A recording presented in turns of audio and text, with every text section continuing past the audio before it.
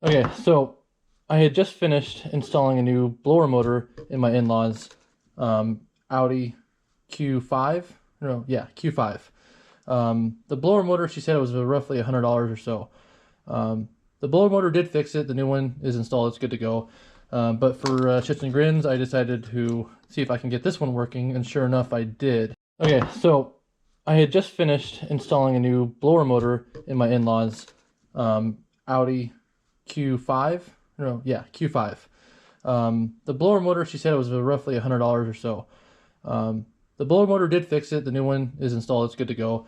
But for shits and grins, I decided to see if I can get this one working, and sure enough, I did. What I did to get this working is that it was kind of seized. It was very stiff, so I kind of worked it back and forth.